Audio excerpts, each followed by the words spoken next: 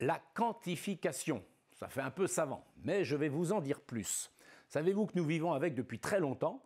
Par exemple, le nilomètre permettait de mesurer les crues du Nil pour calculer l'épaisseur des alluvions à venir, puis prédire le volume des récoltes, et ainsi programmer les taxes à faire payer par l'État égyptien. Étonnant, non? Et tout y est. Calcul, dispositifs techniques, prédiction, taxes et donc gouvernement. Mais à l'ère moderne, deux dispositifs se sont imposés au point de devenir quasiment naturels. Nos choix politiques reposent désormais sur des mesures de l'état de la société, avec les recensements, et sur l'état de l'opinion, avec les sondages. Alors les recensements, et tous les registres des États, comme l'état civil, depuis la fin du XIXe siècle, servent à gouverner, mais aussi à prouver, comme le dit Alain Desrosières, pour les sciences sociales. Les gouvernements maîtrisent leur population en les dénombrant de façon exhaustive et les chercheurs repèrent les propriétés et les évolutions de la structure sociale d'un pays, précisons-le, pour en tirer des explications des comportements des membres de cette société. Ce sont les États qui financent les instituts nationaux, qui collectent, et les machines qui calculent.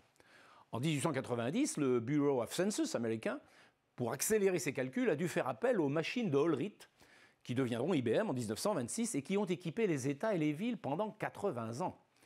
Et au même moment, Durkheim affirmait le rôle prééminent des types de sociétés sur les comportements individuels, et notamment sur les tendances au suicide. Pour cela, il pouvait s'appuyer sur des registres pour établir des causalités statistiques.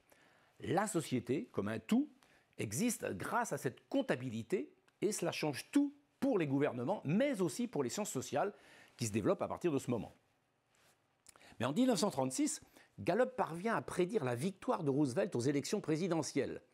C'est un gros coup qui est rendu possible par les techniques statistiques d'échantillonnage qui viennent seulement d'être validées par les statisticiens. Grâce à un sondage représentatif d'une population donnée, on peut approcher un résultat quasi équivalent à une mesure exhaustive si l'on tient compte des intervalles de confiance.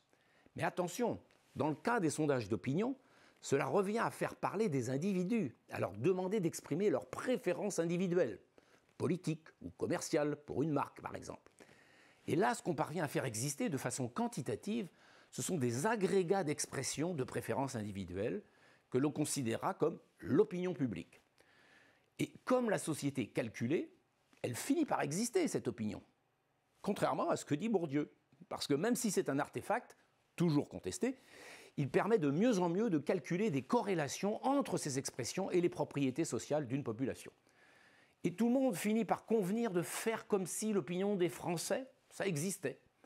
C'est ce qu'on appelle une convention. Les mass médias ont été les premiers à rechercher ça, avec l'appui de Gallup et de Lazarsfeld, du côté académique notamment, pour mesurer leurs audiences.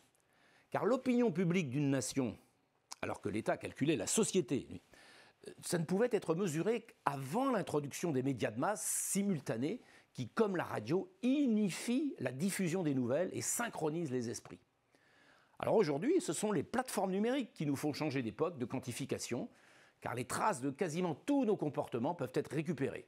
Nous sommes donc entrés dans une troisième époque moderne de quantification, ce qui permet de faire émerger une troisième génération de sciences sociales, celle des propagations.